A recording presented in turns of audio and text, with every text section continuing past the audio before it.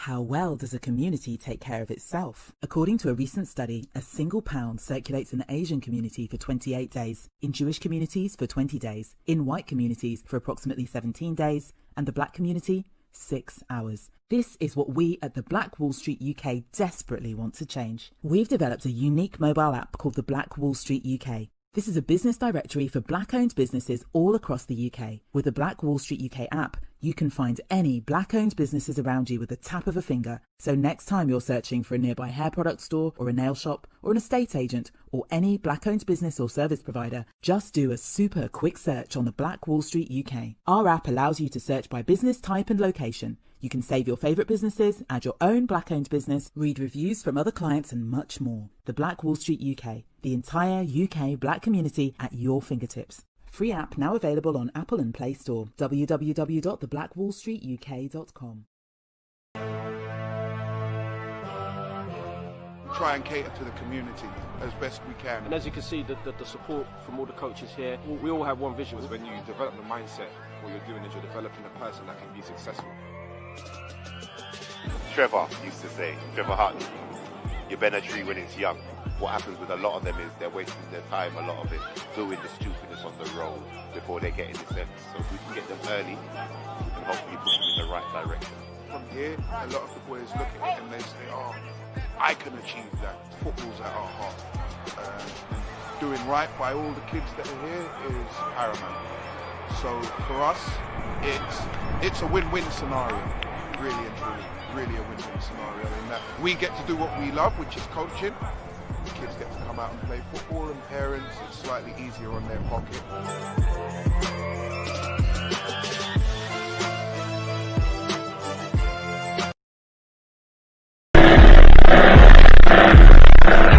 Keeping it real with Rudi Lickwood, the topical interactive chat show where you may end up being one of the guests, with special guests and you the audience. Comedy with Rudi Lickwood. This event is brought to you by Comedy Hot. Don't forget, keeping it real with Rudi Lickwood. This is an 18 certificate only. Boom. How we doing, people? Thank you very much for showing up early. Do you know what I mean? I don't know what it is about us people, man. Brothers and sisters like to come in when they're ready. You know what I mean? They go, when we ready, we come in. When we ready. Well, we're now waiting for them. We're now waiting for them because we ain't got time. We ain't got time. A lot of them are going to have to play catch up with us this evening, ladies and gentlemen. I've got two absolutely fantastic guests for you. So first of all, let me say good evening to Claire. Good evening to Phil. Good evening to Denise. Good evening to Jackie. And of course, good evening to Liz. Evening, Rudy, R&B crew, massive, keeping it real crew. Who let the dogs out? Who let the dogs out? But you know what? We got female dogs in the house.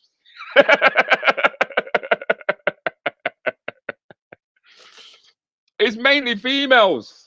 God damn it, man. Am I in the wrong room? You tell me, darling. You tell me. Julie, you tell me if you're in the right or the wrong room, because I can't say. I can't really say. We're the punctual ones. Yeah, because you lot understand time. You know what I mean? Everybody's gonna wait, and then you're gonna see them start coming in the 20 minutes, when we're 20 minutes in. People are gonna come rushing in, going, what's going on? What's going on? And you're fortunate if you are in the wrong room, right, Liz, for example. At least you know you can come out and go in the appropriate room. Female dogs is who you're taught, Rudy. Female dogs. You ain't wrong there. Long time, Kim, Miss Thompson. How are you doing? Good to have you in the room. Thank you very much for blessing me. Well, if you know or if you don't know, and this is for the people who's going to be looking at this later on, this is my platform, Keep It Real. It's an opportunity for me to meet people within the community doing good stuff. You know, because I think the good stuff comes out from ordinary people when you think about it. Always assume that they are just people, but nobody actually gets it. And it's always interesting to look at the journey. That's what I like to look at, a journey. Once I see the journey, I get a better idea of the person, especially when you've seen what they've achieved or how they've achieved it. A lot of the answers can be discovered in their background, you know. It's like when people say, show me your 5 closest friends and I'll tell you who you are. Because the thing is with me, right, if you try to look at 5 closest friends, you're not find them. I think my best friend has got to be my wife without a shadow of doubt. You know what I mean? I want to have my brothers as friends to rot it. You know what I mean? Because a friend, funny enough, is somebody who will do something for you without looking for something in return. Yeah? I don't know many family members who do something for you without expecting something in return, or that they're not going to bring it up during Christmas. You know what I mean? At an inappropriate moment, right? But good evening, Tracy. How you doing, babes? Nice to have you as well. Nice to have you. Nice to have you. Nice to have you. You see the room starting to top up now, isn't it? You see the numbers are starting to slowly build. And I don't want to waste time. I don't want to bring out my guest, yeah? And they start throwing out a whole heap of golden nuggets, right? And then half the room miss it. But then at the same time, what I have learned is that you're not meant to wait on people. Do you know what I mean? That's why sometimes when you're supposed to close the door, you're supposed to close the door. You know, how many raves have you been to where everyone's going, no, man, we better wait until people come, and you wait till 2 o'clock in the morning before the raves start? Because that's when people decide they're going to reach. And this time the rave is meant to start at like 10 o'clock, 11 o'clock. Pardon me? It just doesn't happen. But now people have had to adjust because of COVID. COVID said everything done at 10 o'clock. Whoever not there can catch up. Yeah, what Jackie say? Me say, yeah, what Jackie say? Whoever not there can catch up. So that's the way I treat them. All right? Okay. Oh my God, what's going on here, man? Oh, I know what happened. I'm looking in the wrong pocket. Good evening, Coach Astrid. How you doing? We punctual as we should be. Hello, R&B crew. That's coming out from Astrid. Coaches in the room, people. Coaches in the room. Mash up. Ooh, mash up. Marcus, I hope you're ready for next week, you know. Ladies and gentlemen, let me introduce you to Marcus Simmonds right about now. You'll be hearing more about him next week. Yeah, you'll be hearing more about that gentleman next week. But anyway, let's get on with the show. As you know, I don't just come out and tell you who they are. Initially, what I do is I give you an opportunity to see what they've been up to, and then we get into them. So have a look at my first guest.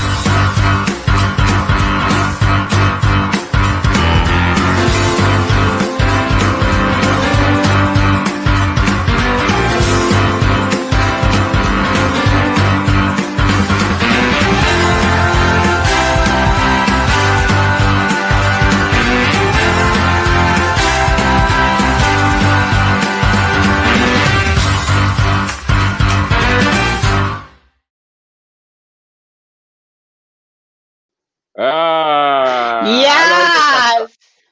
Good evening, Mr. Rudi. I see you regurgitating your chicken. Yeah, man. Yeah, I had to push the chicken in, man. If there's one thing, you know, we like is chicken cheap. You can get 10 pieces of chicken from home nowadays. I don't know how them do it. Somehow you can get 10 pieces of chicken from home. I feel so one chicken have about 6 legs. I don't know what's going on there. I don't know what's going on. But then when I talk about legs, yeah. When I talk about legs, oh my God, oh my God. What was you blessed? Was you blessed? Was you just blessed with it? Is that how it goes? Were you just blessed with legs? Once upon a time, yes. Proud of them pins I was. Oh my God. So tell us about this. What was happening here? Oh, those was in my singing days when I was hitting the clubs with my afro wig, no competition, so having fun, just doing my thing. Yeah, singing was a great time for me, personal and healing and everything in between. Okay, because singing seemed to have played a heavy role in your life from a very early age, from what I can see here. Oh, yes, it's in the blood. So that's me, my sister Kim, and my cousins Cassie and Leona. And yeah, we used to just think that we were a girl group and just go and hit different streets, literally streets, pavements, different talent shows. I think this one was for AAA Productions back in the day. We did a private party for them, and yeah, we just got together, rehearsed, and did our thing, had fun. Can't help but notice you seem to be Posh Spice at the end there, not singing. Listen, the thing is, I swear they just put me in for show, yeah, because I had the worst voice out of all of them, you know, and I swear they just used to like, go on, do a little bit, put me in for show. But no, we used to have fun, definitely had fun. My cousin Cassie, Queen Harmonies, wow, she's got some vocals on her, and she used to really, in all truthfulness, kind of lead the way. And her sister Leonie used to do some nice harmonies, hence her name being Queen Harmonies right now. Cassie, check her out.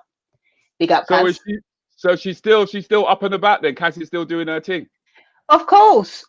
You can check her out. Queen Harmonies, aka Special K. Yeah, she's doing her thing. Special what? K. Aka Special K. That's what you call her. Miss Aka Special K. AKA. Yeah. No, she's good. She's good. You should check her out. Yeah. Yeah, she's quite a sweet little thing back in the day, weren't you? You know what? It's so wrong. So that little baby picture there, my mum will tell you, and Mrs. T, that as a baby, I was told that I was overweight and I was put on like a egg a day diet. I think it was back in the day, and they were telling me at one point that, yeah, that's hard food for a baby, but that was my diet, apparently so. And yeah, they told me that I may never walk and all of those kind of things they do back in the day there. But here I am. Yeah, that's me, little Tash. Because the problem that I find with the way in which they look at babies is they seem to think that all babies can fit in the same box for some reason. Do you know what I mean? They're forgetting that there's a reason why we don't like swimming, because we have heavy bones. You know what I mean? Right. That's the truth. And they sort of like confuse that. But the thing is that you're quite a bit of a fusion, aren't you? Really? I mean, it's just you're quite mixed up. Yes, definitely. So that's my mum on the left there. This is what I'm saying. Performance singing, it's in the blood. Mum on the left with my Auntie Joy. That was Cassie, or is Cassie and Leona's mum. And this was in their day when they thought that they were divas doing their thing, cutting their singles. You know, my mum used to sing back up for my Auntie Joy. And this is where we get it from. It's in the blood, and that's them there with a couple of their bandmates for a single that they cut back in the day. So yeah, for us it was second nature. You know, when we all get together, the elders would be playing Ludo, and us as kids would be, you know, making song, or you know, my cousin Leona would be drawing her designs. You know, she used to be still is an amazing designer. So it was just normal stuff, you know, that we used to do as kids just to pass time instead of the fingers and thumbs, I was going to say. Really? That's my mum as a little girl. Is that your that's my mum. Yeah, that's my mum. Love a black and white picture. Yeah, I wanted to take it all the way from the beginning. So that's the beginning for me, you know. That's my mum as a little girl. Beautiful. Beautiful. So what happened here? What, you fall out the tree or something? Front teeth, they're gone. What happened there, sir? I think that must be a family trait, because I think all of our teeth, we all somehow knocked out all of our teeth, as you do as kids. Yes, Leon's in the house. Leon Carter, Trenton, old school. Trenton is what you call him. Trenton is port, man. Trenton, we call that port there. Listen, he's a little white dude who we used to literally eat out of each other's houses, him and his mum Sue. They used to live directly across the road from us, and his name's Leon, but my mum called him Trenton. Mum Trenton, yes, sir. Yeah, all right. Yes, Phil as well, you know. Most black people always had a white friend who was there and about. No, but this was more than that, Rudi. This was more than that. This was like my mum and Sue were bona fide. I mean, they were two of the smallest little things, and they used to run things back in the day on that street, terrorize people basically. And literally, he wasn't just the white dude. Him, his brother Aaron, Sue, we were family. You know, we literally used to eat out of each other's hands. So, did you live on a cul-de-sac? Did you live in a cul-de-sac or? No. We lived. Where did you grow up then? Where did you grow up? Yeah, East London, Walthamstow, Valones Avenue, just Okay. off Phillips Road. Yeah. So you was around when you was around when the dogs used to be running around. Walthamstow dog tracks. Yeah. Never actually went. I mean, my dad used to talk about it a lot. He used to come back cussing. He used to come back cussing because he lost money at the bookies. Right? You know what I mean? That's how I know about Walthamstow, you know, because Daddy and the bookies. That's the only reason why I know about Walthamstow. So tell us, what was you like at school? What was you like at school? Oh, I was, up until a certain age, I was a proper teacher's pet. That's me and my good friend Gemma Daimler. And we were just the terrible twins. But, you know, I used to love my sports, my netball. I was very academic as well. Yes. You know. Yes. Because I noticed that you did like your sports. Absolutely. That's me playing volleyball in Mexico. But yeah, in school, it was just like any other, you know, school for me. It was fabulous, fantastic. I loved it, enjoyed it. Academically, I was sound, and I used to love playing my sports. I think, again, it's just the creative mind that takes over. But the thing is that you didn't. What schools did you end up going to? You didn't go comprehensive, did you? No, actually, I went to boarding school. Yeah, so I went to Edward Redhead in Walthamstow, Hime Hill, and then from there I was carted off to boarding school, and that was probably the turning point of my life. Opened up my eyes in so many different respects, just in regards to having a big melting pot of different cultures from different girls. It was all girls school as well, so different girls from all over the world, different languages, and it really opened up my eyes. I mean, you know, comparing the two, public school and boarding school, two different worlds, just because of that interaction with different cultures, but different languages more so than anything, you know. Yeah, because it opens you up to different ways of thinking, doesn't it? I mean, absolutely. The UK is very linear in their way of how they go about things, and it's like there's only one way, and it's the right way. Especially the way they would hit you with your diction and your punctuation. You know what I mean? And the fact that we gave you a language, use it. You know what I mean? You could be German for us, kind of like thing. So what period of time was this then? Oh, that's my mum back in the day. You can see, look at the rude girl. That's mummy. You know what? Your mum, I see you. I honestly see you. I see you in your mum quite easily, man. Yeah, a lot of people say that. And my mum used to have the best hairstyles. You know, she used to put the gold and silver thread for her hair. My Auntie Joy used to plait it up for her, actually. And she used to think she was somebody. Yes, Mummy T. Hope Mummy T's in the house as well. It seems like you've got quite a few people out here supporting you, man. Yes, absolutely. So that's nice. That's nice to know. So once you finished boarding school, what happened? I mean, because you never stayed here, did you? Well, I think I pretty much got the bug, you know, from the moment I was kind of introduced to how different people do it around the world. And I also got the realization that we as English people were lazy, you know, because I had young ladies, you know, 10, 11, 12, just turning into teenagers who could speak 5 different languages as if it was nothing, you know. So it opened up a whole different learning prospect for me, but also to see how other people did it on the other side of the world. So I think it gave me the traveling bug. So, you know, I did my trade. You know, I was a croupier, worked in a lot of London casinos, learnt my trade, and then that's what I wanted to take me off traveling. And then so is that what you because you called it your trade?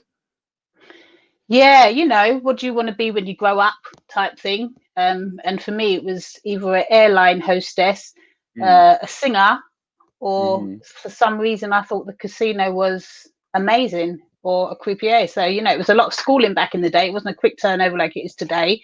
Hence me kind of categorizing it as a trade, because it took me a while to qualify and do what I was doing. So I was dedicated to it. Yeah. Qualified to be a croupier. You have to qualify. Yeah, back in the day, you know. Because I always thought that the house just had little buttons underneath the table. I've been watching a lot of James Bond, basically. Wow. You know, And that you guys as the croupiers were card sharks. No, there's some people who could turn over some tricks, yeah, but no, we went to school, we learned how to become croupiers, and we learned the games, and we did our maths, and qualified when we qualified, and then worked our way up the food chain, I guess, in that industry. Started off in Charlie Chester's, which was awful. It wasn't even a uniform. I think we had a theme. It wasn't even a uniform. Yeah, we had a cowgirl theme. So yeah, humble beginnings. Whoa. So that's how you managed to start traveling. That's what the fact that now. Go on, tell me. That's when I found money, because the casino, behind the glitz and glam, superficially, it's just Joe Blogs. It's just yous and me's. Dressing up and playing games, really. But that's what introduced me to big money and big punters, and again tapped into my international passion, I guess you could call it, because again, you see the money that people are spending, and you kind of listen to stories and life stories, and you shouldn't get close to people, but you do. It's interesting. And it was one thing that, for me, thank goodness, it made me realize that money wasn't everything. I saw money as just tokens for a long time, just as play money. But it was an eye-opener, again, in regards to just the interaction with the different nationalities and the different cultures and stuff, yeah. Because what made you doing this? How did that come about then? Oh, yes, look at me there. So that was in Mexico. So I followed my passion. I'd never make it as a singer over here, as my sister and my cousins will probably tell you. But in Mexico, like I said, there was no competition. I was the only black chick, the only one that looked like me. So I had a lot of opportunities. And this was for the fashion experience stores with E! Entertainment. And I would just open up the shows for the models, sing over DJs, do a couple of my own tracks, and then, hit the club and finalize the show, finish the event in the club. There you go. Yeah. So that's any excuse. I love dressing up. And that was typical. Don't worry, you're not the only one. I know there's lots of women in here who likes dressing up. That was any excuse. And in Mexico, it's hot. Yeah, so I know it looks like I have literally just got a bra on with some piece of cloth covering up the ting-tings. But people party there in their bikinis, So this is dressed for our Mexico. I found this outfit quite interesting. I was like, what the hell are going on, sir? Listen, so when I tell you, my Mexican peeps are innovative. This is years ago, long time ago, and this was a type of trend. Back in the day, do you remember when we had the wannabe yardies and rude girls shredding their clothes? I call them, listen, man, they took poor people clothing and turned it into an industry. Shabba Rank has got a lot to answer for, that brother. Listen. You know what I mean? Because it was clear-up clothes. When I was about 13 and I went to Guyana for the first time, and when your parents take you abroad, well, not take you abroad, they take you back home. They always dress you up to the nines, innit?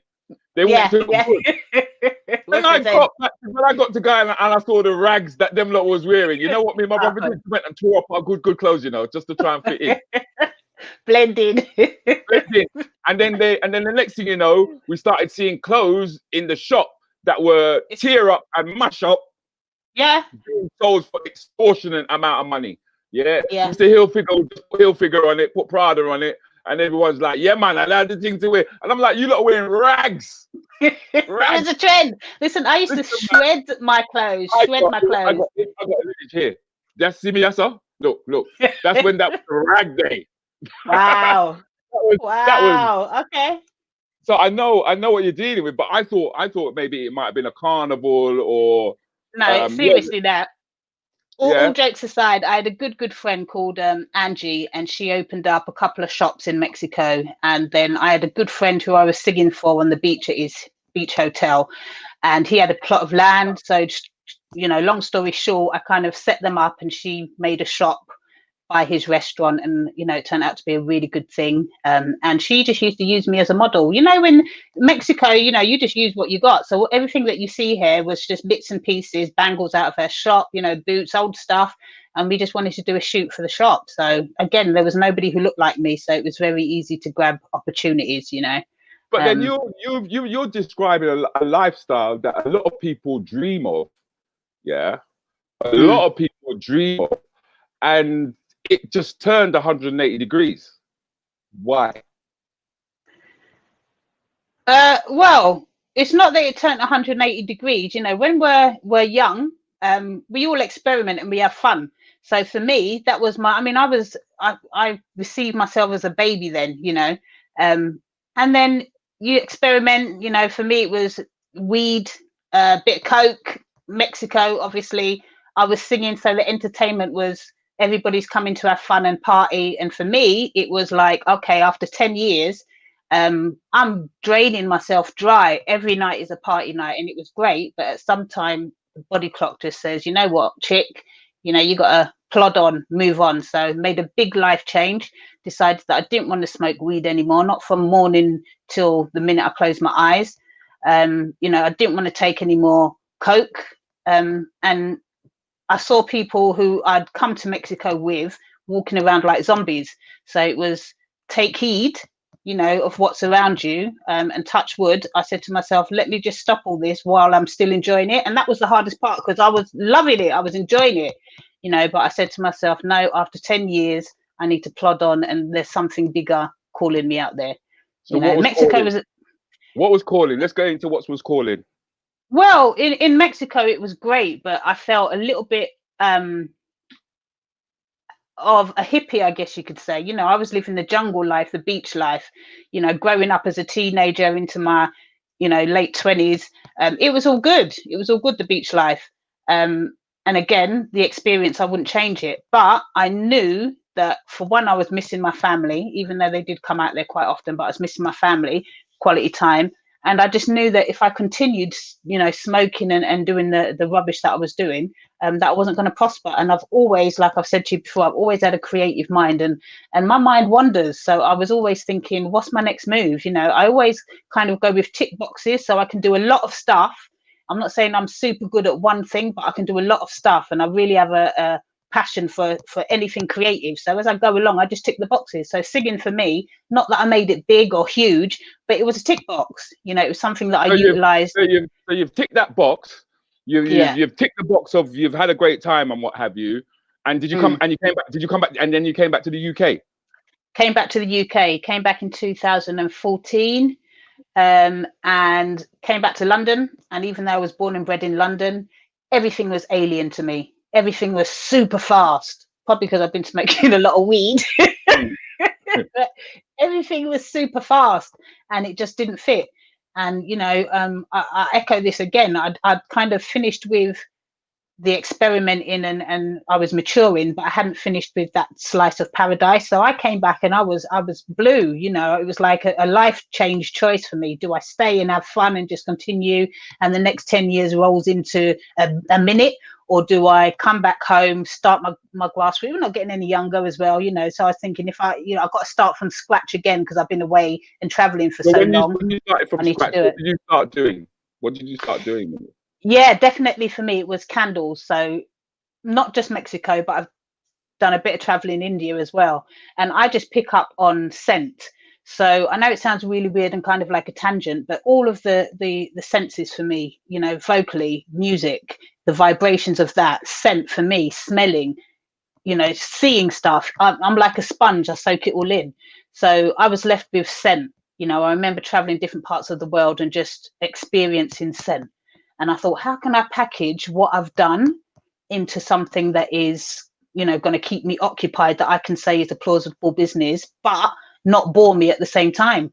And it turned out to be candles. You know, again, scent evokes memories. So while I was at home making my candles, yeah, that's me, Cornucopia Emporium, hand-poured luxury scented candles, promoting well-being and conscious consumerism. Boom, boom. Yeah, but you know, while I'm away, while I'm at home, should I say, scent for me evokes the memories of while I was away. So, you know, that's what I put myself into my product, my brand. Yeah. Yeah, but you didn't stop there, because I mean, okay, you've got a product now, yeah, and you brought it to the marketplace, Yeah. And this. Yes. Great British Entrepreneur finalist 2020 for the Spirit Award. Because I've got spirit, I guess. You know, this was all of the groundwork. You know, me, especially being such a bargain chick at heart. You know, I hate paying out money. I know it's bad. That must be a family trait. I hate paying out money. So for me, it was like, how can I make a business work without being in the red or borrowing a whole heap of money? Not to mention I couldn't anyway because my status was alien because I'd been out of the country. So how can out of the country, I've been away, so my status wasn't even zero. It would have been nice if it was zero. It was less than, you know, alien. Okay. I'd never heard of that phrase before. So I tapped into all of the government funds that was out there. You know, I went shopping, absolutely went shopping. I took a couple of months out. Money though, that's what you. I went shopping for money. Absolutely, no joke, no joke. But it was in a plausible way, as far as I was concerned. When I stumbled across crowdfunding, but I used crowdfunder in particular, I thought I had hit the jackpot. I was a little bit embarrassed at first, but when I looked into it and realised the concept of it and where it could take me. I was like, jackpot, ka-ching, ka-ching. Not to mention the other government grants that I tapped into. You know, I was living in Devon at the time. I'd come to Devon because London, like I said, was too fast and was too much concrete jungle. I needed a bit of greenery. Found a beautiful spot here, and that's when I started creating, and I tapped into it as much as I could. And you know, the funny thing is, Rudi, this is serious. I know we're joking and stuff, but there's a lot of stuff out there. Underneath this, we ain't joking. It sounds like we're fucking joking, but we ain't joking, darling. Serious, absolutely. There's so much out there, and for these new startup businesses, even existing businesses, you have to go looking for it. You know, there's no point us sitting on our backsides and thinking that it's going to drop through our letterbox. You have to go looking. But when you do, there is stuff that you can tap into, and it's like a ricochet effect. You know, when I started crowdfunding, I guess it was the manifestation as well, if you're a believer of that. But everything came at once. You know, I had a grant awarded by Devon Delivers, Devon County Council. That was £1,000. That allowed me to go and exhibit with Cornucopia Emporium at different expo trades, the UK Black Business Show. I did the crowdfunder at the same time, and then from crowdfunder I got backed by NatWest, by the Back Her Business scheme, and they doubled my money. Not to mention took me on an amazing ride, which we haven't even finished yet because we've got all types of campaigns and stuff going on. I think I was the first female, the first black chick to get the award, the Back Her Business scheme. So we did, you know, a couple of press releases, and it enabled me to go to these huge expo shows that I wouldn't have been able to do otherwise. I'd already started my business, so I'd self-funded from the beginning, you know, but I needed an elevation to kind of keep my customer base going. So to basically supply my customers with what I'd been saying that I could. You didn't stop there, because now that you've got the experience of, because I remember going to exhibitions and a lot of things like that. That was when I was catering, but it never dawned on me to think about creating my own market. Yes, and you know what? It's crazy. The transition is crazy because it all makes sense from the candles, you know, and from the grants I got and from the crowdfunding that enabled me to exhibit at these big expo shows. These expo shows like the UK Black Business Show, wicked. We turned up in such style and fashion. It was amazing. The connections were insane. I met some amazing people there, hustles and heels chicks. Too many to even mention, but it opened my eyes completely. And at that point, I knew, after sitting in markets and car boot sales, plugging my candles, I knew I could see a light at the end of the tunnel. If I could make this accessible to Black-owned businesses, you know, and reachable, but do it in a way that represents us in excellence, so we don't just look like some car boot sale. No disrespect to car boot sales, I've done them, but this could be something amazing, you know. But it wasn't easy, but that was my incentive, was all of these big shows, all of the inspiration that I had around me, and then when COVID kicked in, because obviously you'd booked out a space now where you was going to do something or put on an exhibition, and then COVID kicked in. Where did that lead? Because once your innovativity kicked in again, didn't it? Yes, listen, just to clarify, we did actually get to launch we launched in the factory in Dalston, the 5th of September, got a sneaky little window. And I said, I know I'm not ready yet, but I've got to slap one in before we get locked down completely, so people get an understanding of where I'm coming from, so I can set the foundation seed. So we did a launch. Turnout wasn't fabulous, but the people who did turn out, because it coincides with Black Pound Day, those people came to support and spend the Black Pound. You know, there were 18 to 20 exhibitors, small army back in that day. But a lot of us sold out. You know, I did about 500-600 quid in my candles. I sell my candles at my events as well. But the collaboration was amazing, absolutely amazing. Gone on a complete tangent. What was the question? The question was that you decided that you was going to physically hold a market for black store holders, yeah? COVID kicks in, right? And then you start seeing, you start realizing that there's actually another way to communicate with the marketplace. For example, how well does a community take care of itself? So a lot of people know that advert already, yeah. And as opposed to be fearful of the fact that somebody's doing something else, your approach was totally different. This is what really got me. Well, I'm referring to the fear that we have that somebody's doing something that we're already doing. Listen, I'm gonna nice cover up, but I'm gonna be transparent and say that I was actually very fearful. You know, it was coming out of the other side of fear, because the Black Wall Street UK brought out an app, and a lot of people hit me up immediately saying, "Congratulations, Tash, wicked, thought it was me," and my immediate go-to was fear. And this is real talk. I spent a day and a half from morning all the way through, because I'm that type of girl. When I need to do something, I'll look it up, research it, discover how to do it, and then I'll go in and do it. All right, I haven't got the money to be paying people to do an app. Let me do it myself. And this was the fear factor, yeah. And on the other side of that, after I'd done it, and I put this app out to a couple of the exhibitors to guinea pig type thing, and I said to my mum, I said, "Mum, you know, I really got caught up in the moment. It was complete fear. I was so scared because we have similar names, you know, the Black Wall Street UK and Black Wall Street London. And for 1 minute, I thought it was a competition, right? You know, and I did, because of the competitive side of me, they couldn't win. And I'm telling you, I didn't sleep for like a day and a half because I was trying to do this app, cray. And then on the other side of that, I had to hit my reset button. You know, I said to you before, Rudi, I wish sometimes I could catch myself in the moment. But at this particular occasion, I'd gone through the motions, and put myself on the other side. And said, you know what, Tash, stop the stupidness. Approach these people. You're always talking about united we rise. That's my slogan, you know, and I believe it. But here you are not practicing what you preach, you know. So on the backside of that, reached out to Moz and kind of said, hey, you know, doing similar things, we're on the same page. What can we do? And it's funny. Thank you. Exactly that. It's funny, but I just released our first edition of the BWSL News, which is basically just a newspaper. It's easier to keep people informed that way because it's getting really big. And because I call that the crab in a bucket mentality, when we don't realize that, yes, somebody has invented a car, but you could specialize in the wheel. You could specialize in the handbrake. You could specialize in all the other areas of a function of a car and come together, yeah, so that everybody could eat food. Everybody could eat food, but we tend to just pull one another down. But I'd like to think that we're actually breaking out of that now. Hold on. Yeah. Yeah. We definitely are.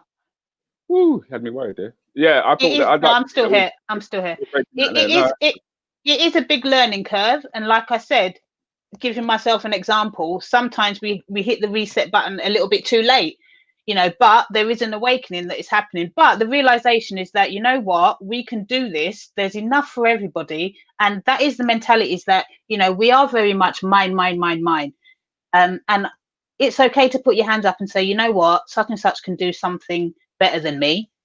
Maybe I can excel in this area. Why don't we come together and make love babies? Well, on that note, I'm going to have to say that time has just really caught up with us.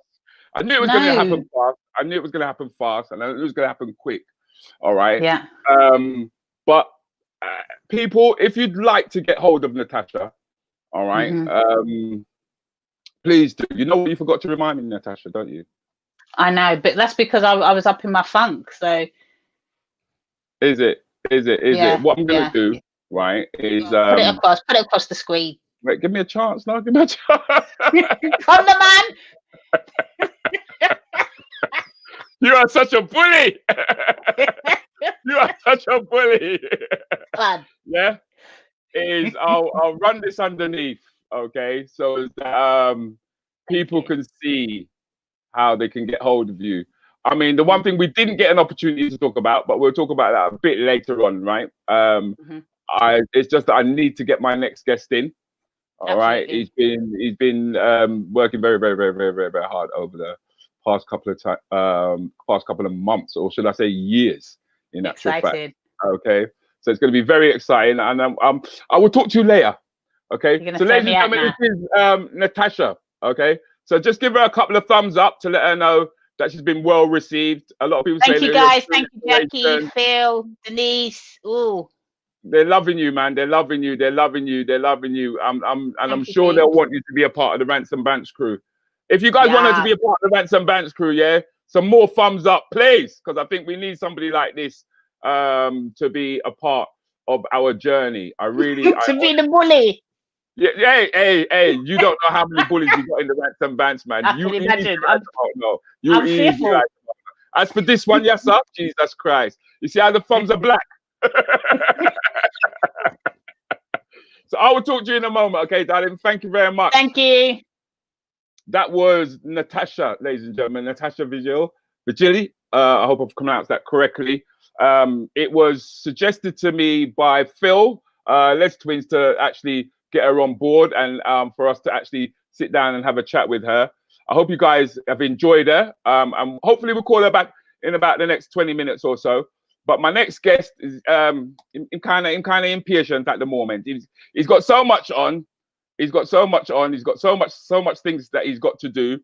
So what I will do is before, what's going on here?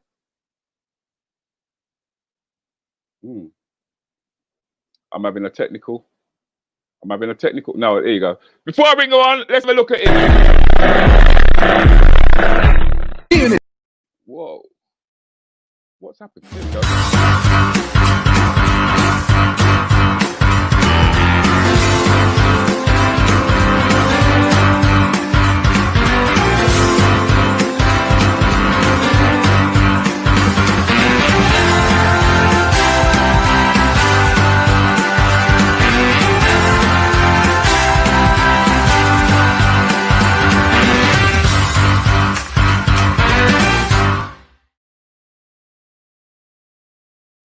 Well, Mr. Kruga, how you doing?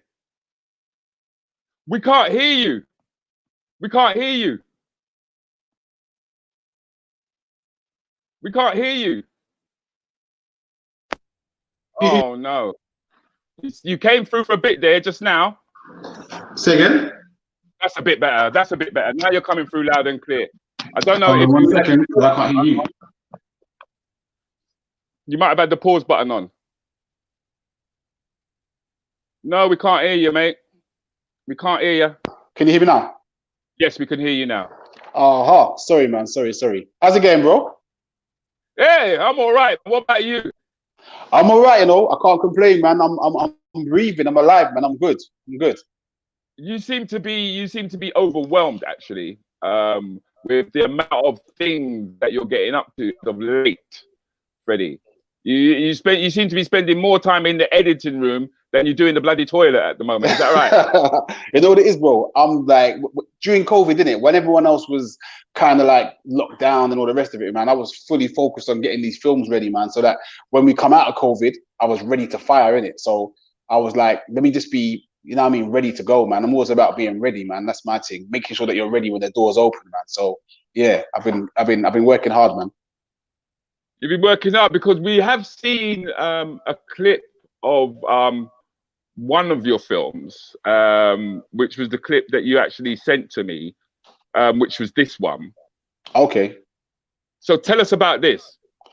So The Living Dead, it's a comedy horror, man. I think everyone was making movies about like gangs and drugs and prison, and I was like, you know what I mean? There's more to black film writers, black directors than the same old stereotypical films. So I was like, let me write something different. So basically, The Living Dead's a comedy horror, a bit in the vein of Get Out meets Scary Movie type thing. And it's basically about 5 guys who rob a house and then their car breaks down and they end up in a haunted castle. And I've filled it with so many different people, man. The cast is amazing, man. There's so many people in this film. If I start listing the cast, you're going to be here all night. It's mad. There's loads of people in it. But the one thing that we're really happy about is that you got Ori in there. You got Ori Styler in there.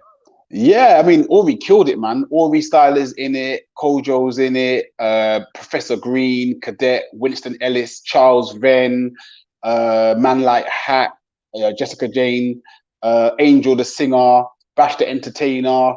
There's so many people, man. Because Tim Faraday. It's not the first time that you've actually worked with Chucky, is it? Charles Venn.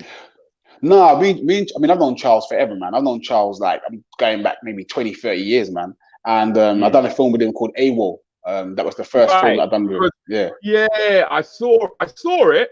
Yeah, and I was thinking to myself, I'm sure that's the film. Am I right or am I wrong? No, you're right, man. You're right, man. Yeah, he killed that film, man. He, like, literally, when I went to him with the idea and the concept, he was like, yeah, Fredi, let's do this, man. And he literally came on board and he smashed it. But what made you go to film? Because the thing is that well before film, as a youngster, yeah, what made you decide film? Because that's not where I know you to actually come from. Do you remember when we first met? Do you know what? Was I doing music? Was I rapping then? Yes. Yeah, kinda. I think I don't remember what show it was, but was it? I'll tell you where it was. Huh? Dingwalls. See. Yeah, Dingwalls. Yeah. I remember. Came with the firecrackers and all them thing there. Yeah, man. Coming on stage, I used to come out of a coffin and dancers and all them thing there. People dressed like zombies. Yeah, man. I was putting in work from early, bro. Been putting in work, man. Because from back then, it was more like it was theatre than it was just the case of you getting up to sing, if I'm correct. You know what it was? So obviously back then I was rapping and I got tired of just doing the same old thing, man. So many rappers would be like, mic check, and they walk onto the stage and then do a show and walk off. And I'm like, how is that value for money, man? So I was like, let me try and do something different in it. So I would come on stage with dancers. I've come on stage carried in a real coffin, jumping out of coffins and fireworks, and you know what I mean, just so that people remember you in it. I remember you got upset that night. You got upset that night because you overran in terms of the time, right? And you don't remember. I remember. Because I got the bloody brunt of it, mate. Because I was hosting that show, and I was like, "Bruv, you know you're running out of time." He's like, "You finish my thing, man." And I was like, "Right." That sounds like me. Some heat. Yeah, that sounds like the old me. That sounds like the old me. It is the old you, because the old you was very about where he wanted to go, if I'm correct. Yeah. 100%. I think I was mega focused, and I think those days as well.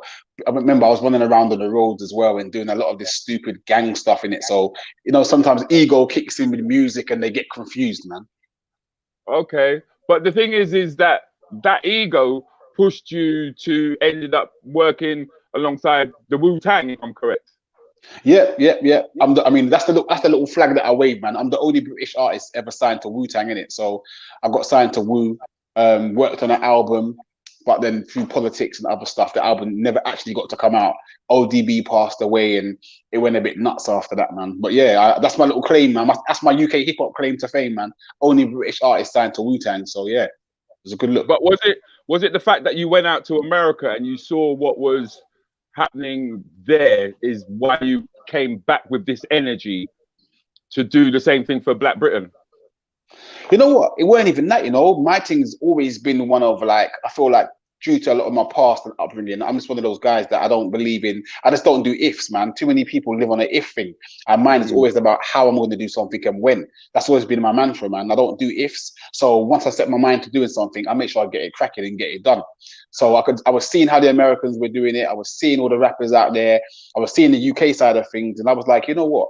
We need to be on the same level as them, or there's no point in doing it, man. So I just thought, let me hit this thing big. So even down to my music videos back then, a lot of rappers were doing videos in council estates and car parks. I was saving my money up and flying to Miami and shooting videos with Lamborghinis and Hummers on the beach. And do you know what I mean? I was actually, because I've always been perception of power is power, innit?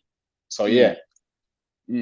Because I study people and I study mannerisms and things like that, and you're a strategist, aren't you? You're actually Art of War, bro. You know the book there, Art of War. That's my thing, man. Everything in life is about strategy, man. And you can get further if you've got the right strategy. You can move mountains, man. If you've got the wrong strategy, you can't even move a pin. I like that. I like that. I like that, bro. I like that because you've actually been awarded for your past endeavors, if I'm correct. What was this for? I think that was a BAFTA award. I've won so many. I've won loads, man. Like, do you know what I mean? But some of the best awards I've won have not even been to do with music, man. I've won Father of the Year. I've won awards that are to do with community-based things. So as much as I've won film-based awards for the stuff that I've done, the best awards that I've won have been the ones where I've been working within the community, man. So I love them ones. You know what I mean? Any award, any acknowledgement is good, man. But it's always nice when you get awards that are based on helping other people. Okay. Because I like the way that you're helping out my industry. I really do. But you know what it is, man? It's all about opportunities, man. And you know, like I felt for a long time, man, there's a lot of people that are in opportunities, right? And in places whereby they can support and help others, and they don't always do what they're supposed to do. And I always vowed that if I get into a position where I can help others, I will. So what I try and do is I mix ordinary people that have a passion with people that are already doing it. So for example, the film that's coming out, She's the One, I mixed talented actors and well-known actors with people that have never been in front of a screen before. And do you know what I mean? Give them a foot up, give them a hand up, man. Because I mean, there was quite a few people you gave a hand up in this movie, if I'm correct. Judi Love, Dizzle. Who else was there? Judi Love. There was Dizzle. There's another name I think I've forgotten off the list. There's loads in this film. Dizzle's in the film. Slim. Vanessa Phelps. Vanessa Phelps is in this film. Black Rose is in the film. Bradley Turner, Man Like Hacks in the film. I've got music from Donald Jones, music from Rough Ends. You know what I mean? It's a good Valentine's film. So when is this out, or is this out now? No, so this one comes out in the US December the 22nd, and it's called Love Spell in the US and Canada, and it comes to UK around the 15th of Jan, and in the UK it's called She's the One. Why you leave us till last, man? What this? You know what it was? To the bottom. Nah, man. You know what it was? Again, strategy, innit? I was aiming to release this for Valentine's because everyone's talking about black love. So I'm like, you know what? Let me make a film about black love. So I was always aiming to get this released in time for Valentine's. But then when we went to marketing, the US are massive on Christmas and that whole era, the whole time. They're not so big on Valentine's. They're bigger on like Thanksgiving and Christmas. So they were like, look, we want to reset. We want to release it just ahead of Christmas. So I was like, all right, you look. Yeah, you know your thing, I know my thing. You do what you want to do in the US, but I'm keeping it for Valentine's because I really want to show that we can make films about black love. It's not always about, you know what I mean? I just got tired, man. Every film's about guns and drugs, and this one got killed, this one got shot. I thought, isn't that how your film started off in the first place, though? Keep it real. You know what? I'll be real with you, right? Yeah. I keep 100% real because this is what we're doing, right? Yeah. I came from that. So today, I've lost like 45 of my friends have been killed from gangs, guns, murders, and all the rest of it. I've seen it. I've been there. You know what I mean? I've been around it. So when I see these films, like for me, it's like every time I see someone get shot or stabbed in a movie, it triggers. And I think to myself, there's a parent out there of someone that I know who's going to watch a film like that and realize that, you know what, that could have been that was my brother, or that was my son, or that was whatever. So I don't knock the artistic value that goes into making them kind of films. I don't. But me personally, I just won't make those films anymore unless I can do it in a way which tells a story that has a message. I ain't gonna make a film about that if it's just for the sake of let's kill someone or stab or shoot. It has to have a message which makes people watch it and leave it with some kind of constructive mindset. Do you know what I'm saying? So I do, because it's like coming into a sense of knowledge, the same way that Richard Pryor did with the word nigger to a certain degree. And I know there's one thing I know about you: you're an alpha male, right? There's no getting away from that. You're freaking alpha, yeah. But it showed me that you're a man first. Of course. Could you tell us about this? Because there are places where you've got several recordings that people can go and listen to, if I'm right, on a Sunday where you hold this. Are you prepared to talk about this? Yeah, because I mean we can go in it in real quick. So I set up this platform called Grief. Grief stands for getting rid of irritable emotional feelings, and basically what it was as you know, especially as black men, we don't talk, man. A lot of us do not talk about things, and we'll be walking around harboring certain things, feeling sick, not wanting to go to doctors. We're stressed about something. We don't call each other up. Like, I might have an issue. Will I ring you, Rudi? We saying, bro, I need to talk to you. Probably not. I'll walk around and harbor it. So I created this thing called Grief, which is a platform predominantly for men, but also for anybody just to come on Instagram, have a conversation, man. We talk about stress relieving tips. We talk about diet. It's an opportunity for people just to speak about how their week's been. Do you know what I'm saying? It's I don't know, man. I kind of feel like we were all men. We were brought up to be tough and strong and don't show no emotion, don't cry. If you smile, you're an idiot, and all them things there. And when I think about it, most of the fights I've got into in my life, it's been because I weren't smiling. Do you know what I mean? Like I say to people all the time, a smile is one of the most infectious things in the world. You walk into a room and smile, other people smile at you. But we was taught, our first line of defense growing up was screw face. So you walk into a club, your face is rinsed, and that was like that's a signal. The other guys don't mess with me. But what that also done was, hold on a minute, why is he screwing me for? Then you start screwing, and now me and using an argument for no reason. I don't even know why we're fighting. So this mental, especially with COVID right now, mental health and stress is at an all-time high, man. So I'm just trying to get me, you, brothers in particular, just talking, man, just having a conversation. I don't care what we talk about. Let's talk about food or anything, but let's talk. And that's why I set up Grief. I was surprised that you set it up, considering that because of the time constraints that you have. I mean, you know what it is, Roots. You know what it is, Roots. It's trying to give back, man. I'm continuously trying to give back when I can. Do you know what I'm saying? And I know that, like, and it's also self-therapy for me, because like I told you, I'm writing my book, and sometimes through talking, you it's therapy, innit? And what happens to a lot of people is that they hear, but they don't listen. Okay. People hear a lot, but not listening, innit? So listening is when you act on something that has been said. That's when you've listened. When you've heard it, it just goes in and out. But no action. There's no action. It just goes out. There's no action. I get what you're saying. I get what you're saying. So with the Grief platform, what it does is it just allows me a chance to listen at the same time, because we don't know everything. We're continuously learning. We're always evolving. And sometimes you talk to somebody and they share something with you and you think to yourself, wow, I didn't even think of it like that. And it allows you to appreciate other people's mindsets, appreciate what other people are going through, and appreciate what you have. Because a lot of us are always chasing things that we don't have, but what we have is something that someone else once wanted. That is true. That is true. You know what I mean? So the grass is greener, isn't it? That's always the way. The grass is always greener on the other side. Jackie Williams is saying that men need to talk. She says that men actually do need to talk. Jackie. And yeah, that's Jackie Williams. Julie is saying to you, excellent concept and acronym.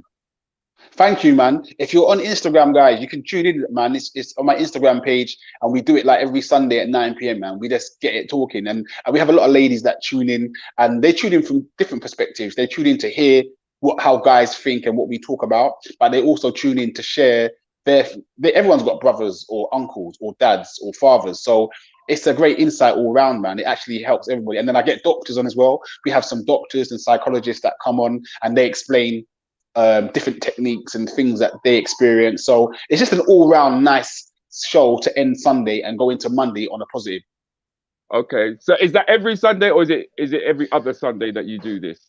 At the moment, I'm trying to do it every Sunday, man. But if it means if I'm working or I'm editing or I'm filming, I just put up a message saying, look, I'm not doing this Sunday, or it will return the following Sunday. But I'm trying to, you know what I mean? I'm trying to commit to every Sunday, man. I try and get it cracking every Sunday at 9 o'clock.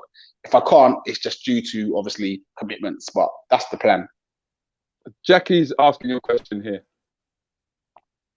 Are there any specific film concepts, topics you feel need to be covered, or taboo subjects? Me personally, I cover everything, man.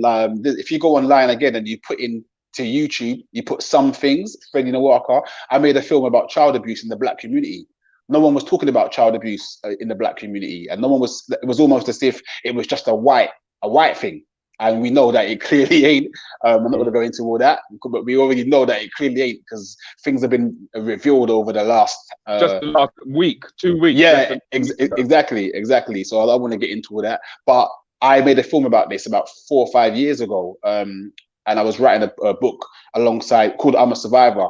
I have not finished it yet, but basically I was going around talking to a lot of black people that have gone through child abuse of some sort, and we spoke about it, and so no one was talking about that. So I thought, you know what, let me make a movie. So I made a short film called Some Things. BBC picked it up, we screened it at BAFTA, and yeah, once again, I mean, I don't think anything that happens in real life can never be too taboo, because it's real. So I'll talk about anything, I don't care. Leisha Marshall has asked, could you do a shout out of your IG page, please? Yeah, my Instagram page is The Real Fredi Nwaka. So it's The Real and then Fredi, Fredi. As soon as you put in The Real Fredi, Fredi, I'll pop up at the top. I'm the only real Fredi. Not so like that, but you got people working on your algorithms, boy. Yeah, I love it. Thank you guys. Yeah, just hit my page, man. Then we advertise it midweek, and then yeah, every Sunday we get it popping, man. Okay.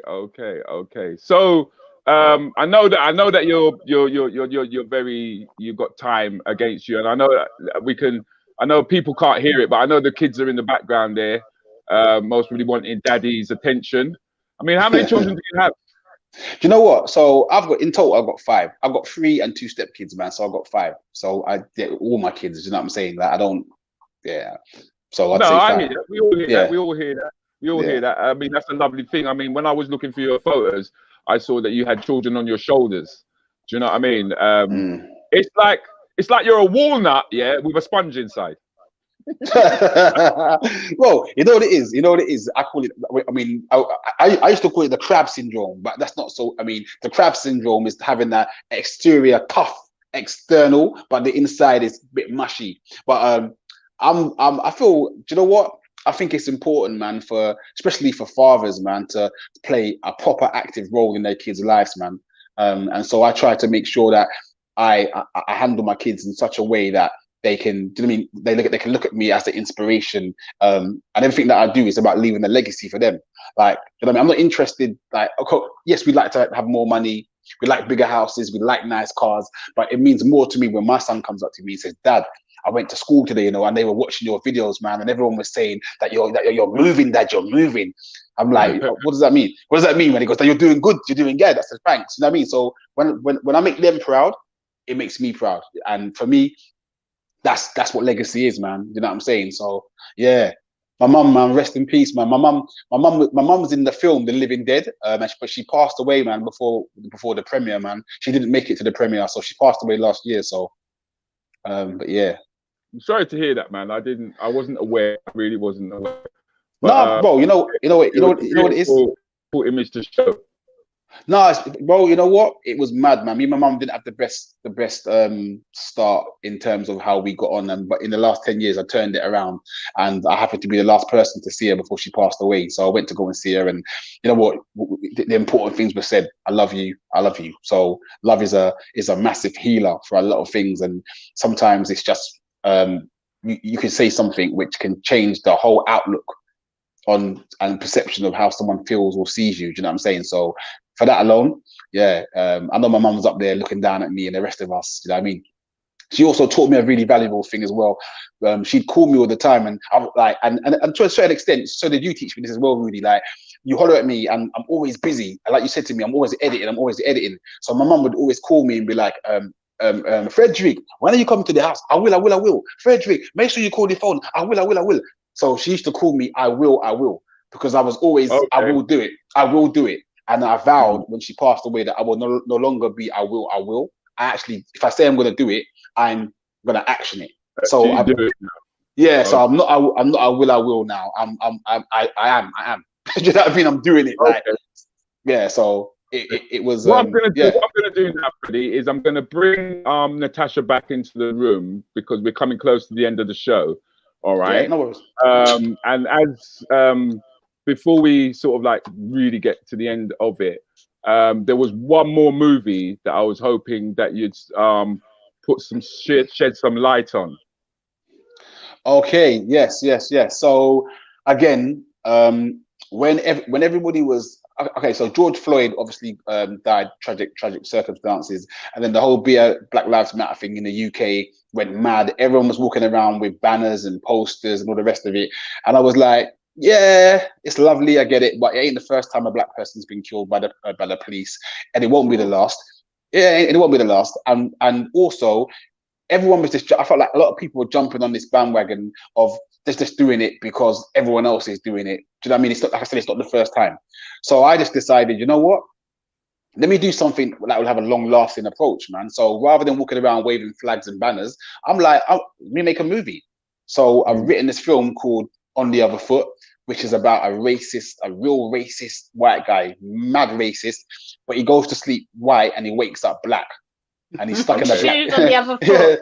Yeah. And he's stuck in the black body for 72 hours, and he gets to find out what it's like to be a black person. But not only that, his daughter, who is obviously white, she's dating a black man. So when he turns black, he turns out to be the same age as her daughter's boyfriend and gets to hang out. Basically, he gets to hang out with him and find out what it's like to be black. And also that you can't judge someone based on their skin type and their color. So for me, that means in 20 years' time, so long as there's internet, so long as there's TVs, so long as there's movies, even if I drop down in 10 years' time, that movie will always be there. So children, adults, kids, for the rest of their life can go online, watch On the Other Foot. Do you know what I mean? I don't need to walk around with banners and flags and stuff, because after people stop marching, like, then what? We've all stopped marching for the last how long? Now what then? At least with this movie, it's there. Do you know what I mean? You know what, Fredi? I think we've all started marching just in different directions. I think the key is that we need to hit as many points as we can, which is important while you're doing what you do, why the marchers are doing what they're doing, and why everybody's doing what everybody else is doing. This is a brainstorming era right now. So I hear you, but people are still marching. No, 100%. Don't get me wrong. When I say that, I'm not talking necessarily metaphorically, because of course there's people still doing a lot of different things that empower us as black people, open doors. I'm just talking at that point when Black Lives Matter first came to the UK in the force they did, everyone was out every day meeting up, doing the marches, waving the banners around. And others, like maybe yourself, like I sat down and was like, I'm not going to do that, but I'm as passionate as you are, but I want to do something which is longer lasting, rather than take a Saturday off and walk around with a banner. Let me do something that, do you know what I mean? That reminds me of Top Boy. You know, what's the brother's name? You know him, man. Top Boy. Oh, Ashley Waters. When Ashley kind of got called out because people felt that he wasn't responding in a way that sort of like said, yeah, he's part of the community. And I think everybody's got different skill sets. 100%, exactly. We all bring something different to the table. I mean, you know what, Fredi? Sorry to cut you. I actually went on a couple of I got completely caught up in it, like you said. It's like a trend in one way, you know. And I did go to a couple of marches. I live in Devon, and I made one trip down to Reading and one trip down to London, and those are the only two that I did. But it was so sad to see, for me, that it was actually all babies out there. You know, I'm talking 15, 16, 17-year-olds who should be out partying, enjoying themselves. They're on street level, you know, because that's all that they can do. But then you've got the people who have matured and are different eras. I think that the businesses are booming right now. I applaud you for what you're doing, because you're touching on subjects that people don't talk about, like you said. Oh, thank you, man. Thank you. If I'd known you earlier, I would have put some of your candles in my new movie. Wow. Listen, I think you put a plug out for something like that, didn't you? Yeah, I did, man. You should have hollered, man. I would have put your stuff. I did. I touched base with you. I did touch base with you. Yeah, but he was so busy. He was so busy. That's what I'm saying. Don't worry, Tash. Don't worry, Tash, man. I got you, man. The next thing I do, like, we're gonna connect properly, man. I'll make sure that, you know what I mean. I'm all for trying to support our community, man. So I will 100% see how I can, you know, get your stuff involved. You know what I mean? We can do that. It's not.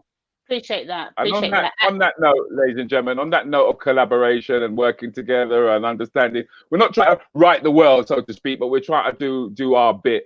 And this is the way that I do my bit, by introducing you to people like Fredi, people like Natasha. There are so many of us in our community who are unsung. Ooh. Okay, media's not behind us, but as you've shown, Fredi, we can tell our own stories. No matter what background we're coming from, you know. Can I just say to people, I did want to plug. I'm not going to plug this other film that's coming out, but the new, all right. So just quickly, you know what I mean. So the new one that's coming out on the other foot, it's got Peter Andre in it, Peter Andre's son's in it, Lady Leisha's in it, Quentin Aaron from The Blind Side, with Sandra Bullock's in it, Orvie Styler's in it again. Do you know what I'm saying? So Tim Faraday. So it really is a film that when it does come out, I'm hoping it does change people's perception, especially people that are not from our culture and background. I really does. White people. Yeah, white people. I'm just being polite. Just being polite. No. Listen, Jackie's just saying that you've got themselves. That's a term they gave themselves. Jackie's just saying that you've got good things to offer the world. For Netflix, for example, that's a global audience there. So exactly what you're saying. You know, we need more of us on whatever platform you're talking about. But I agree with you, Jackie. Absolutely. I'm onto them. I'm onto Netflix. I'm onto all of them. Netflix, Sky. I'm like, even the film that's coming out. It's on Amazon Prime. It's on Sky. So I'm really trying. You know what I mean? To try and get these films out. But what it is, we need the support of our own people, man. And that's where a lot of the time it goes mad. Like, we're quick to, like, I put out a film and I'm, you know what I mean, trying to get it sorted. And then you've got other people that will quickly download an American film or download it because it's free or get a little dongle. That's my thing. I'm always about flying the British flag. Right, because we know where we're coming from. We do understand that the West Indies is just a big, gigantic factory. I mean, where is your place of origin? Where's your Me? Are you Nigerian? Yeah. I'm Nigerian, man. My parents. I'm from Nigeria, man. Okay. So we're all aware of that. It's just that people are born here. They have children here. They will have grandchildren who will be brought up here. And if we can't show that we can elevate no matter where we are, you know, instead of looking across, like you said, instead of looking out, look within. That's what my coach always taught me. You look within and you'll find the answers that you're looking for. 100%, man. Like, sometimes the things are right in front of us, man, and we're looking down the road, but it's sitting right in front of us. Do you know what I mean? So yeah, I mean, like I said, we just need the support, man. You, Tash, me, Rudes, we need the support of our own people, man. And a lot of the time, we don't get it the way that I think we should, man. So I'm all for championing that, man. Haven't you noticed there has been a change? Yeah, absolutely.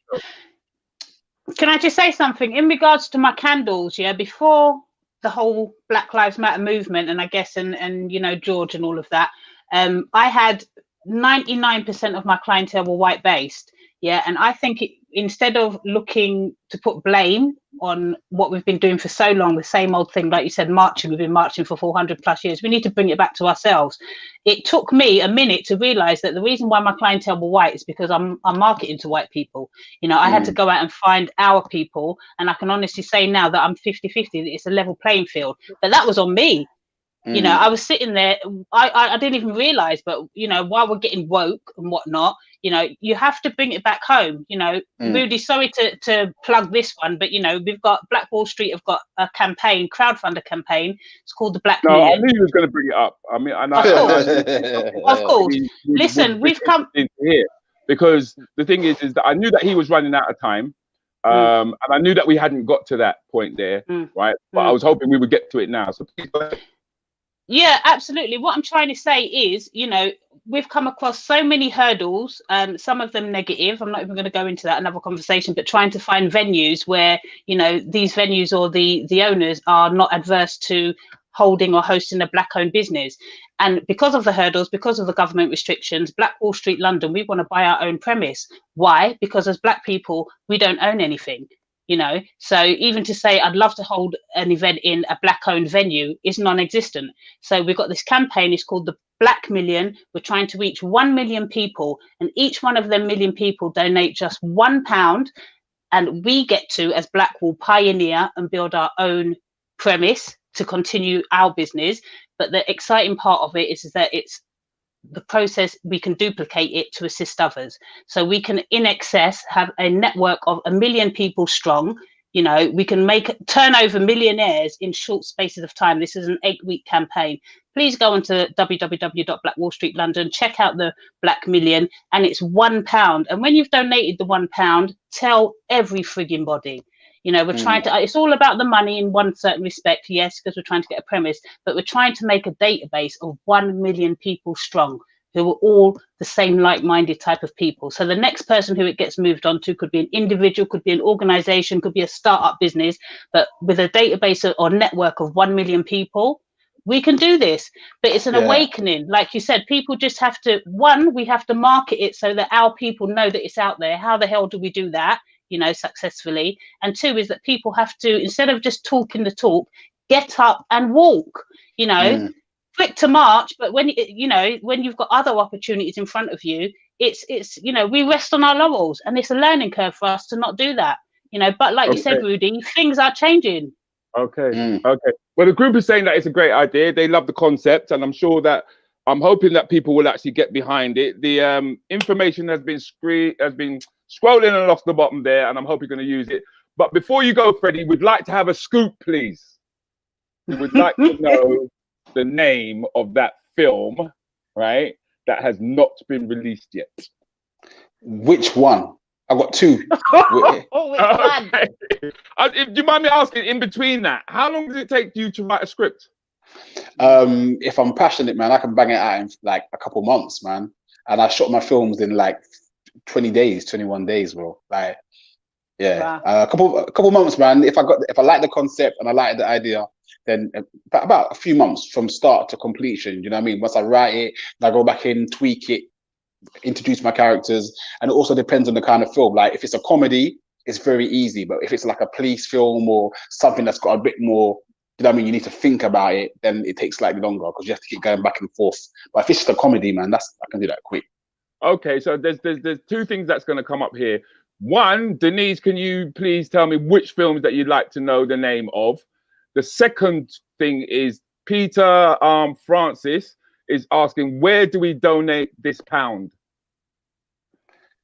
All right, so in answer to my question, what was it again? So You're going to give us a scoop on two. All right, so like I said, the one that I've got, actually there's more than two, but okay, look, she's the one that comes out of Valentine's. On the Other Foot should be out around May, June, and I've got a TV series coming out called Monster. Yeah. Okay, so you lot got a scoop now. You lot got a scoop. You got. You've heard it here first. And Natasha, the £1. Where do they actually go if they're going to donate this £1? Yeah, so it's all done via crowdfunder, so it's a reputable organisation. And so you can go to www.blackmillion, blackwallstreetlondon.com, and you'll get to that landing page, and the Black Million is actually the landing page at the moment because that's our focus. But you can also go in and see Black Wall Street London and the exhibition and marketplace, and our virtual market page where you can support and shop over 60 Black owned businesses, all active, all on there, waiting for you to shop to your drop. But www.blackwallstreetlondon.com. Go and spend our Black Pound. Put our Black Pound and our White Pound, because we've got Phil and we've got Leon out there still. You're still with me, Trenton. We're taking money too. No, Anyway, it's the Black Million. But listen, like I said, let me bring this to a close. Now. Wonderful guests, big inspiration. Fredi, I've watched you from when you were, as I say, coming out of that thing, doing your thing. I've watched the transformation of a young man turn into a very mature gentleman, because that's what I see now. What I've seen now in front of me. It's been a pleasure talking to you, my friend, and it's also been a pleasure watching you. It's been a pleasure meeting you, Natasha. Thank you, Phil, for the introduction. Is there anything that you'd like to say before we go? And that goes to Natasha. Yeah, firstly, quick one. Thank you so much for having me, Rudi. Thank you so much for having me, Rudi. Thank you. It's been a pleasure meeting you, Fredi. Good luck. Let's collab. It's all about collab and the importance of www.blackwallstreetlondon.com. Go and spend your Black Pound. Put your Black Pound where your mouth is, and support us all. Thank you so much. You see, I had to erase her quickly. You know what I mean? Once that mouth start open, man, it ain't gonna stop. You know, it ain't gonna stop. And the thing is, it's all positive stuff coming out of it, which is what I love. Once again, Fred, you're about to leave us now. Is there anything you'd like to say to anyone before you go? Is there any kind of role that you've got for me waiting? You know what? Firstly, I want to say, Roots, thank you, brother. Thank you for reaching out, man. Mad love for that. And like I said, you've been around from day one, so I appreciate you being there and supporting my journey. Yes, 100%, man. You're one of the funniest guys I know, so we got to get you in a film. Comedians, I know. No, man. No, real talk. I mean, every time I see you, I've got to get you in something. So we will definitely get something. But most importantly, I do want to say thank you for supporting and showing love. And to everybody watching and tuning in, please take on board the mantra that I guess my mum passed on to me. No more I will. If there's something you want to do it. Don't let no one tell you that you can't do it, man. Anything you want to do, never be if this, if that, just how you can do it and when. That's all. All right. All I ask you to do, Fredi, for me is just allow me to finish playing the promos so that I can say goodbye to you properly, instead of just leaving and going away when I say nothing, yeah? No worries, man. Thank you very much for joining my platform, yeah, bruv? Okay, so ladies and gentlemen, I hope you guys have enjoyed yourselves tonight. What do you mean fuckeries, Rudi? What guan? What's going on here, man? What guan? What me do? I want to know what I've done. Listen, man, you know what? That's what you know. I can't wait, yeah, until I get an opportunity to get you on anything. Because the moment I get you on anything, go, see this? You see this? You see this? Yes, man, it's that y'all go get. It's that y'all go get. You go on with your ladies and gentlemen, as you can see, the platform is getting stronger. The community is a lot tighter. I like the fact that we're being honest with one another. It was amazing to see a man talk about the things that Fredi spoke about, because they seem to have gone unspoken. But as you can see, they're no longer unspoken. The internet has been a wonderful thing. It's done some great works for us. For all those who are new to the room, please stick around and watch the promos, and you know exactly what I'm getting up to for the rest of the week.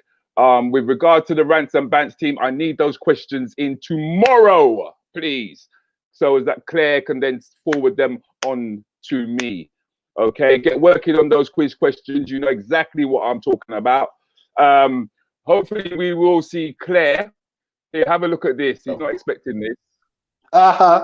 Say hello, children. Hello.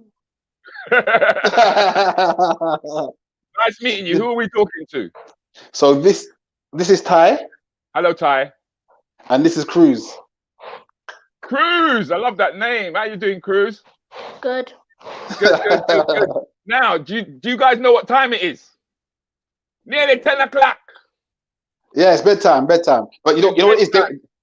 They wanted to slide by and get a drink in it, but I'm like, look, can't come in here, man. I'm doing an interview. You can't come in here. So they've been waiting patiently to come through in it to go and get something from the kitchen, man. So I'm like, you can't come in here yet. Okay. Go on, guys. Go and raid the fridge. I gotta close the show. Thank you very much. Yeah, man. So that's lovely to see, isn't it? That's lovely to see. See, they don't show the black man with his family, right? They don't show him, but we're there. Where are all the good men gone? They ain't gone. You just don't see them. Anyway, it's time for me to close the show. Thank you very much for joining me. Make sure that you join me on Wednesday morning for the Ransom Bants with me and the Ransom Bants crew. And don't forget, we also have Anything Goes, the podcast, Wednesday night, where we get to answer your questions and your dilemmas. And if you don't like it, we do have a red card system. So please, ladies and gentlemen, go off, enjoy yourselves, have a wonderful night. And hopefully I will catch you guys tomorrow. And please do watch the promos all the way through, and you'll have a good idea of what I am getting up to later on.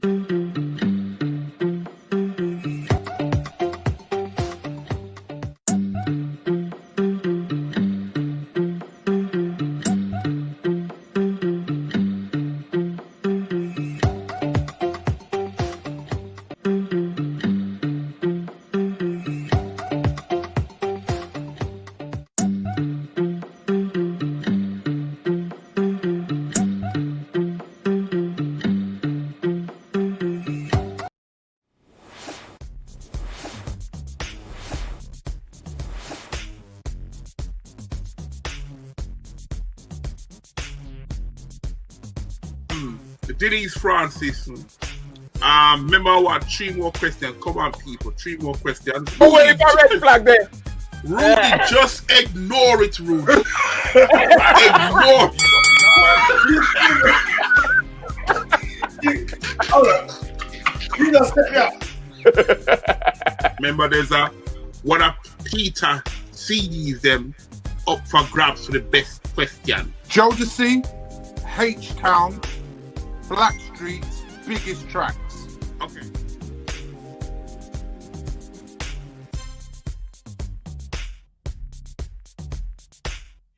I'm good. Let's have our own conversation. Forget about them lot. Yeah, okay. Okay. Well, you know, I'm waiting to get wet, really. Yeah? I'm the only woman that's going to get wet. So Okay. I'm waiting. Okay, Yeah. let's move on.